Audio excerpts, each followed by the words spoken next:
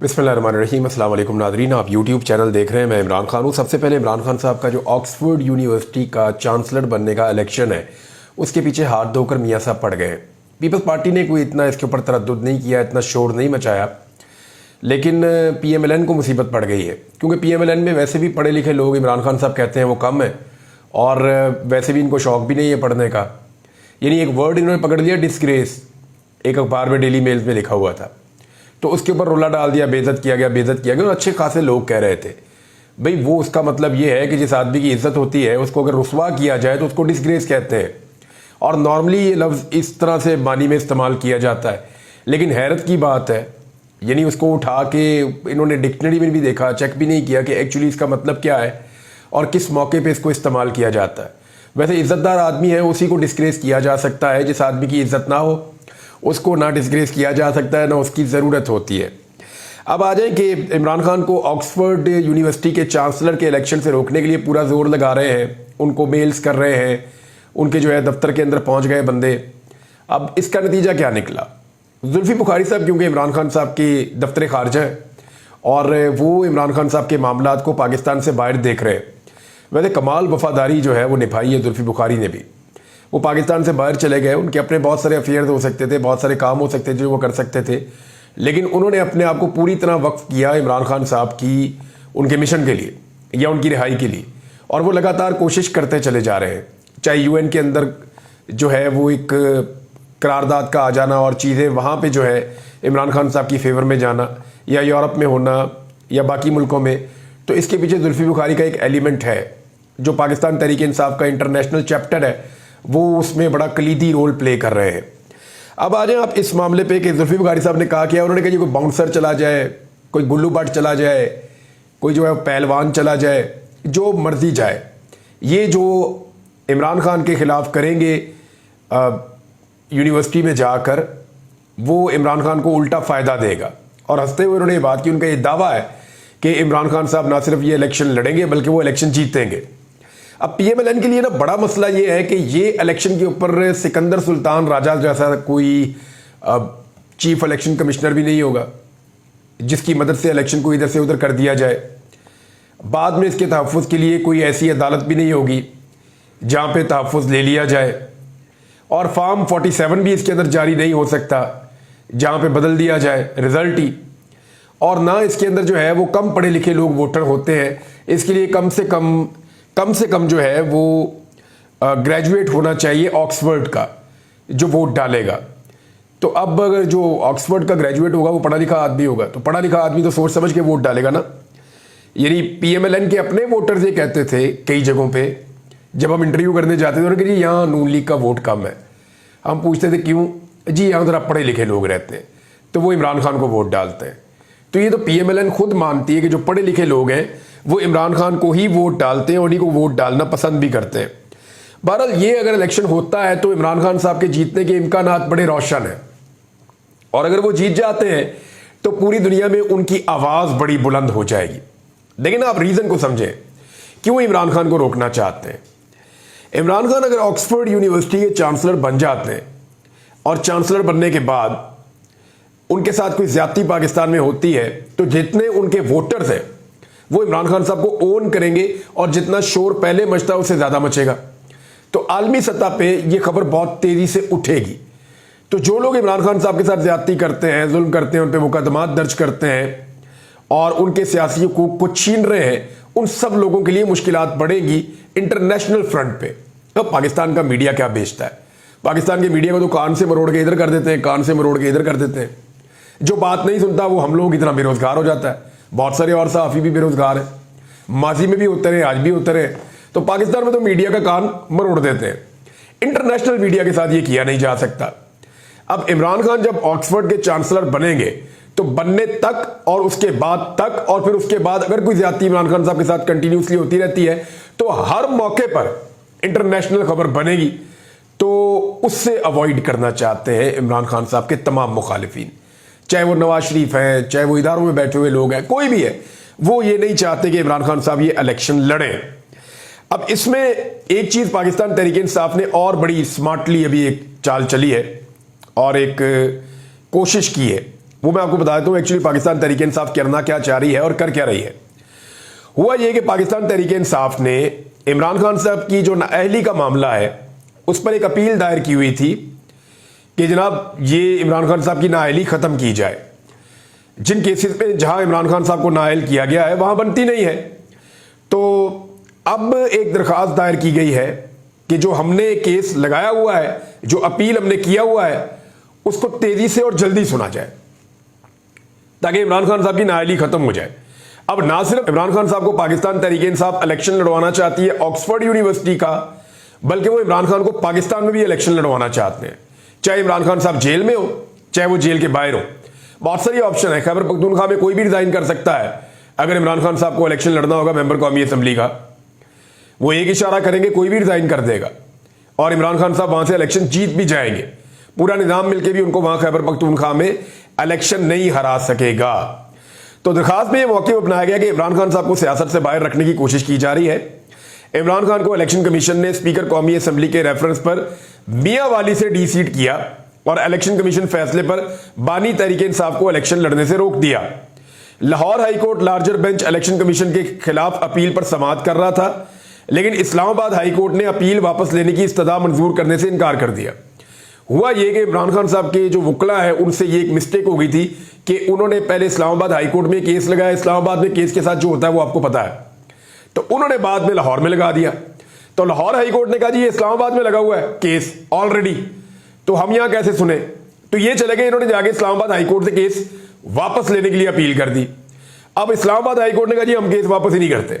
अब इधर भी लटका हुआ उधर भी लटका हुआ, केस सुना ही नहीं जा रहा। और वकला ने मुझे बताया कि जब ये केस सुना जाएगा तो इंसाफ के तकाजों के मुताबिक इमरान खान साहब इलेक्शन लड़ने के लिए अहल हो जाएंगे, और अगर वो इलेक्शन लड़ने के लिए अहल होंगे तो पाकिस्तान तहरीक इंसाफ का हर जो एमएनए है वो ये चाहेगा कि इमरान खान उनकी सीट से आकर इलेक्शन लड़के जीत जाए और कौमी असम्बली में चले जाए।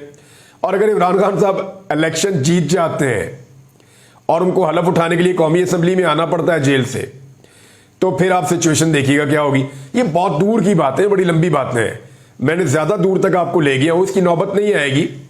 लगता है कि निजाम जो है उसमें इमरान खान साहब ने शिकस्त दी है तमाम झूठे मुकदमात को।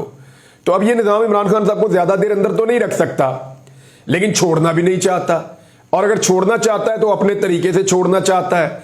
लेकिन इमरान खान साहब एक नए तरीके से बाहर आना चाहते हैं, इज्जत का तरीका, वकार का तरीका, बगैर डील के वो बाहर आना चाहते हैं, लेकिन निजाम ऐसा चाहता नहीं है।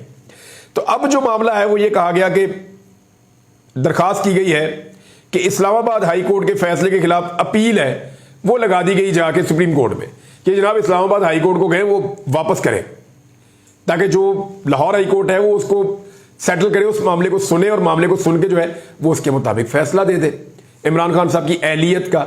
और अगर इमरान खान साहब अहल हो जाते हैं तो फिर वो इलेक्शन लड़ेंगे, ये मैं आपको पहले बता रहा हूं। और ये कोई लंबा प्रोसेस नहीं है। अगर सुप्रीम कोर्ट ऑफ पाकिस्तान में ये केस लग जाता है और सुप्रीम कोर्ट ये हुक्म जारी करती है ठीक है इस्लामाबाद हाई कोर्ट केस वापस कर दे, अगर एक फरीक कह रहा है जी मैं यहां केस करना ही नहीं चाहता, तो अगर वो केस वापस हो जाता है तो दूसरी अदालत में लग जाएगा और वहां से इमरान खान साहब इलेक्शन लड़ने के लिए अहल हो सकते हैं। ये पाकिस्तान तहरीक इंसाफ को इस बात की कभी उम्मीद है। अब इमरान खान साहब को जो सजाएं दी गई हैं, जिनका हवाला जाके ये लोग ऑक्सफोर्ड यूनिवर्सिटी में भी दे रहे हैं, वो सजाएं देने वाले जो जज है उनमें से एक जज का भी स्कैंडल निकला है। जज है जी हुमायूं दिलावर साहब। बन्नू में इनके वालिद साहब के नाम के ऊपर जमीन है और बहुत बड़ी तादाद में जमीन है, बहुत बड़ी मिकदार में, बड़ी लंबी चौड़ी जमीन है इनकी। और उस जमीन के ऊपर एक सोसाइटी बनी हुई है जिस सोसाइटी का नाम है एलीट कम्युनिटी रेजिडेंशिया। तो मुबैना तौर पे ये जो सोसाइटी है इसका ताल्लुक जज साहब के साथ है, हुमायूं दिलावर साहब के साथ, जिन्होंने इमरान खान साहब को तोशा खाना में सजा दी थी कि जनाब इमरान खान साहब ने पैसे देके जो गिफ्ट खरीदा है इस पे हम इनको सजा दे रहे हैं। तो अब वो जज साहब की जो अपनी सोसाइटी है उसके कुछ पोल खुलना शुरू हो गए, उनके वालिद साहब के नाम के ऊपर है। ये आप फर्द देख लीजिए, इस पे नाम लिखा हुआ है दिलावर साहब का। ये जज साहब के वालिद हैं दिलावर साहब, इनके नाम के ऊपर ये सोसाइटी है। अब हुआ ये है कि ये मामला जब खुला तो इसमें कुछ अजीबोगरीब चीजें आ गई। ये दिलावर खान वल्द गुलाम मोहम्मद खान कौम अफगान, और आगे इनका एड्रेस भी लिखा हुआ है। ये बता रहे हैं कि निगरान हुकूमत के दौर में, इससे पहले मैं आपको बता दूं उसका बैकग्राउंड क्या है। अली अमीन गंडापुर के एक भाई है फैसल अमीन गंडापुर, ये माजी में सूबाई वजीर हुआ करते थे खैबर पख्तूनख्वा में। इनके ऊपर उस दौर में भी दबाव डाला गया था और ये कहा गया था ये जज साहब की जनाब ज़मीन है, उनके अपना सारा प्रोजेक्ट है, तो मेहरबानी करें ज़रा इसके ऊपर थोड़ा सा देख लें, ज़रा इनकी मदद करें, क्योंकि वहाँ एनओसी वगैरह लेने थे, सोसाइटी बनानी थी बहुत बड़ी, कुछ डेवलपमेंट के प्रोजेक्ट करवाने थे। तो उन्होंने कहा जी मैंने गलत काम नहीं करना। तो ये भी बताया गया जनाब ये जज है जो भी है, मैंने गलत काम नहीं करना। तो फैसल अमीन गंडापुर ने उस दौर में इनकार कर दिया था, जो मेरे पास इंफॉर्मेशन है। उसके बाद निगरान हुकूमत आ गई। जब निगरान हुकूमत आई तो उन्होंने इनका काम करना शुरू कर दिया और इनके पास जो एनओसी मौजूद है उसके ऊपर अब शुबा किया जा रहा है वो दुरुस्त नहीं है, नंबर एक। नंबर दो, इन्होंने अपनी जमीन के अंदर कुछ दूसरा रकबा शामिल कर दिया, जो शामलात वगैरह का रकबा है, जो सरकारी रकबा है या दूसरा रकबा है, वो अपनी जमीन के अंदर शामिल कर दिया इन्होंने और उस सोसाइटी का हिस्सा बना दिया, दूसरा गैर कानूनी काम। तीसरा जो मुबैना तौर पे चीज सामने आई वो ये आई कि ये अपनी जमीन के अंदर, अपनी सोसाइटी के अंदर सरकार के पैसे से एक बड़ा ब्रिज बनाना चाहते थे, पुल, बहुत बड़ी मालियत का पुल था, ये बनाना चाहते थे सरकारी पैसे से।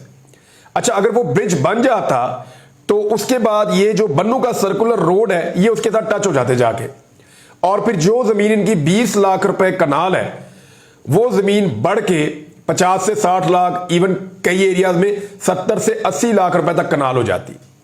तो इस तरह उस जमीन की वैल्यू ऊपर जानी थी।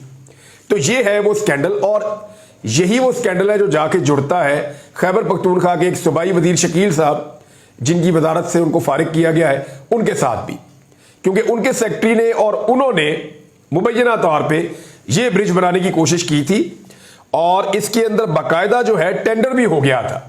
लेकिन जब अली अमीन गंडापुर साहब के नोटिस में आया, क्योंकि बन्नू के जो पाकिस्तान तहरीक इंसाफ के वर्कर्स हैं उन्होंने रोला डाल दिया। उन्होंने कहा जी ये तो उन जज साहब की सोसाइटी है, लोगों ने कहा जज साहब की, उनके वालिद साहब की, उन लोगों की सोसाइटी है, उनकी फैमिली की, जिन्होंने इमरान खान साहब को सजा दी है झूठे केस में। तो आपकी गवर्नमेंट इसके ऊपर अपने पैसे लगा के इनके ऊपर ब्रिज क्यों बना रही है और डेवलपमेंट क्यों कर रही है? तो उस पर फिर अली अमीन गंडापुर साहब ने कहा कि उनकी अपनी प्राइवेट लैंड है, वो अपनी जितनी अपनी वो करना चाहते हैं डेवलपमेंट वो खुद करेंगे, हम वहां नहीं करेंगे, और फिर उसको कैंसिल करवाया गया। अब उसके ऊपर जो है सारे मामले पे एक इंक्वायरी शुरू कर दी है एंटी करप्शन ने। तो एंटी करप्शन इस घेरे को कितना तंग करती है ये हम आने वाले दिनों में देख लेंगे, आइडिया हो जाएगा। लेकिन पाकिस्तान तहरीक इंसाफ के जो एमएनए हैं उनके गिर्द घेरा लगातार तंग किया जा रहा है। यानी आप अंदाजा करें कि एहसानुल्लाह विर्क साहब है NN79 से, आज से 7 माह पहले वो इलेक्शन जीते थे, उनका नोटिफिकेशन जारी कर दिया गया था। उनके मिलने वाले जो वोट थे उसकी तादाद थी 1,04,023 और जो उनका मुखालिफ उम्मीदवार था नून लीग का जुल्फिकार भिंडर, उनके वोट थे 95,604, लगभग 9,000 की लीड से जीते हुए थे पाकिस्तान तहरीक इंसाफ के उम्मीदवार, 9,000 की लीड से। और उस वक्त गिनती हो चुकी थी, हर चीज की तसल्ली हो चुकी थी, काउंटर हो चुका था सारा कुछ। लेकिन उसके बाद हुआ ये कि इलेक्शन कमीशन ने अब जाके 7 महीने के बाद अब रीकाउंटिंग की है और रीकाउंटिंग करके उनके मजीद 12-13 हज़ार वोट और कम कर दिए। यानी जो मुस्तरद शुदा वोट है उनकी तादाद बढ़ा के 20,000 से ऊपर ले गए। अंदाजा कीजिए नीचे सूबाई असेंबली के हलकों में वोट मुस्तरद नहीं हो रहे, यानी पहले गिनती के अंदर ये वोट शामिल थे, अब कैसे मुस्तरद हो गए? लेकिन जितना रिकॉर्ड है वो पड़ा हुआ इलेक्शन कमीशन के दफ्तर में, और इलेक्शन कमीशन के बारे में पाकिस्तान तहरीक इंसाफ कहती है वो जानिबदार है। अब अगर ये एक वोट पड़ा हुआ है इलेक्शन कमीशन के दफ्तर में तो उसको सिर्फ निकाल के एक एक्स्ट्रा स्टैंप करनी है, उसके ऊपर एक स्टैंप पहले लगी हुई है पाकिस्तान तहरीक इंसाफ की हमायत याफ्ता उम्मीदवार के निशान पे, तो एक और स्टैंप लगानी है किसी और जगह पे, उससे वो वोट मुतनाज़ हो जाएगा। तो 10,000 वोट 12,000 वोट और खराब कर दो, किसी और उम्मीदवार के 25,000 कर दो, किसी के 20,000 कर दो, और दोबारा गिनतियां करके सारी सीटें जो है वो PMLN को दे दे। तो इस तरीके से अगर हासिल करनी है 2/3 अक्सरियत और आइन में तरमीम करनी है तो ये तो फिर डंडा चल रहा है, ये तो फिर नाइंसाफी है, लाकानूनियत है, अंधेर नगरी है, और कुछ नहीं है। ये तो एक नई लो किस्म की मिसालें कायम की जा रही हैं जो पाकिस्तान में क्या दुनिया में कहीं नहीं हुई होंगी, कि 7-7 महीने बाद हल्का खोलते और पता चलता है जी 10-12 हज़ार वोट मजीद मुस्तरद हो गए। यानी पीछे से लग रहा है कि वोट मुस्तरद किए जा रहे हैं और दोबारा गिनतियां किए जा रहे हैं। इस तरह 3 सीटें पहले कादी फायद ईसा साहब ने दी थी, बिल्कुल इसी नौइयत के केस थे, और गुजरावाला का एक और केस है, वो मेरे पास बाकायदा ऑडियो मैसेज आया हुआ है एमएनए साहब का, वो बता रहे हैं उनके साथ कितनी बड़ी ज्यादती हुई है। और इसी तरह का ये सेम केस ये है, तो ये चौथी सीट भी चली गई। इस तरह अगर 10 सीटें और ले जाए तो बल्ले बल्ले हो जाएगी, मौलाना फजलुर रहमान की जरूरत भी नहीं रहेगी, बल्कि पीएमएलएन की 2/3 अक्सरियत जो है वो मखसूस नशस्तों के बगैर ही पूरी कर दी जाएगी। हौली हौली काम डाली जा रहे हैं वो खामोशी से। और पाकिस्तान तहरीक इंसाफ का एक के बाद एक एमएनए कम होता है और पाकिस्तान तहरीक इंसाफ कुछ भी नहीं करती।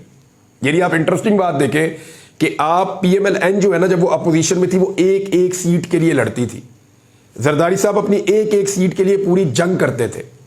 लेकिन पाकिस्तान तहरीक इंसाफ की पार्लिमानी अकल चेक करें, सियासी अकल, कि इनके जो लोग बाकी बच्चे हैं, इमरान खान साहब तो जेल में है, शाह महमूद कुरैशी भी जेल में है, और जो सियासी जहन है काफी सारे लोग जेल में, बाकी लोग भागे हुए, लेकिन जो लोग मौजूद हैं वो इस पे बात ही नहीं करते, बल्कि गैर मुल्की दौरों पे जा रहे हैं, इस पे बात ही नहीं करते, इसके बारे में आवाज ही नहीं उठाते। उनका एक एक करके एमएनए कम किया जा रहा है, मेंबर कौमी असेंबली। पाकिस्तान में टोटल कितने हैं? पाकिस्तान में टोटल थोड़े से हैं, उनमें से एक एक करके वो आपसे छीनते जा रहे हैं और अपनी 2/3 अक्सरियत पूरी कर रहे हैं। लेकिन एक अजीब बेबसी है पाकिस्तान तहरीक इंसाफ में। तो ये एक खबर थी, ये भी मैंने आपके साथ शेयर कर दी। एक और खबर है, हड़ताल का नुकसान कितना हुआ। तो अब तक की इत्तला के मुताबिक जो एक दिन की हड़ताल है उसका नुकसान 50 अरब का हुआ है। और ताजर कह रहे हैं कि अगले मरहले में हम 3 दिन की लगातार हड़ताल भी कर सकते हैं और फिर हम पहिया जाम हड़ताल भी पूरे मुल्क के अंदर कर देंगे अगर हुकूमत ने हमारे मुतालबात ना माने तो। एक और चीज नाजरीन मैं आपको बताऊं, 2 चीजें बल्कि जाते जाते आपको बता देता हूं। एक तो जो नताशा है जिन्होंने बाप और बेटी को गाड़ी के नीचे दिया था, उनकी सहूलियात के बारे में एक खबर छपी है और मैं वो खबर पढ़ के हैरान हो गया हूं। आपको सिर्फ मैं बता देता हूं कि ये जो खातून है, इनको एक वार्ड के अंदर रखा गया जहां पे बेड शेड लगे हुए, एसी वेसी लगा हुआ है, और इनको इजाजत दी गई है पूरी जेल में जहां चाहे फिर सकती है, मुकम्मल आजादी है। बस जेल से इन्होंने बाहर नहीं जाना विसिनिटी से, और इनके घर वाले आए वो इनको मिले, वो भी आजादी है, घर से खाना है वो भी आजादी है, मुकम्मल आजादी इनको है। सहूलतें इनके पास क्या मौजूद है जरा ये चेक करें। साबिक वजीर आजम को ये सहूलतें मौजूद नहीं है, लेकिन इनको कौन सी सहूलतें मौजूद है वो ये है, इनके पास बेड है, एसी है, फ्रिज है, ओवन है, घर का खाना है, अचार है, चॉकलेट्स हैं और वाईफाई की सहूलत भी मौजूद है। अब दीगर क्या सहूलतें होगी, कुछ सहूलतें नहीं भी बताने वाली होती। बहरहाल ये वीलॉग में अब तक के लिए इतना ही। लेकिन एक बुरी खबर मैं आपको जाते जाते दूं। मेरी अभी थोड़ी देर पहले बात हुई रात के आखिरी पैर में तारिक मतीन साहब से। आप सब जानते हैं सीनियर जर्नलिस्ट हैं और बड़ा शानदार काम करते हैं तारिक भाई, हमने उनसे बहुत सीखा है। तो तारिक मतीन भाई गए हुए थे अपने ऑफिस, DHA फेज 5 में उनका ऑफिस है और खड्डा मार्केट में। उन्होंने अपनी गाड़ी खड़ी की और जब वो वापस आए तो कोई गाड़ी चोरी करके उनकी ले गया। ये है जनाब कराची की सूरत हाल। पुलिस सारी जो है उसको लगाया हुआ, बंदे पकड़ो, इसको पकड़ो, उसको पकड़ो, गाड़ियां चोरी हो रही है। वो अपने ऑफिस से नीचे उतरे, उनकी कमाई, एक आम आदमी की कमाई क्या होती है, गाड़ी होती है, घर होता है। तो हम लोग कोई बहुत लैंडलॉर्ड तो नहीं है ना। वो नीचे उतरे, उनकी कीमती गाड़ी थी और पता चला जी वहां से कोई गाड़ी चोरी करके ले गया। और अब जो है वो FIR दर्ज करवा के वो अपने घर पहुंचे अभी थोड़ी देर पहले। तो ये इंतहाई अफसोसनाक सूरत हाल है।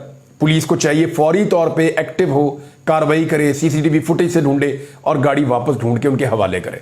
उनके साथ पहले भी हादसा हो चुके हैं, उनके भाई का भी एक वाकये में कत्ल हो चुका है। इंतहाई अफसोसनाक वाकया था, हमें आज तक उस चीज़ का दुख है, तकलीफ है। तो ये एक के बाद एक ऐसी चीज़ होती है तो और तकलीफ होती है। अब तक के लिए इतने, अपना ख्याल रखिएगा, अपने चैनल का भी। अल्लाह हाफ़िज़।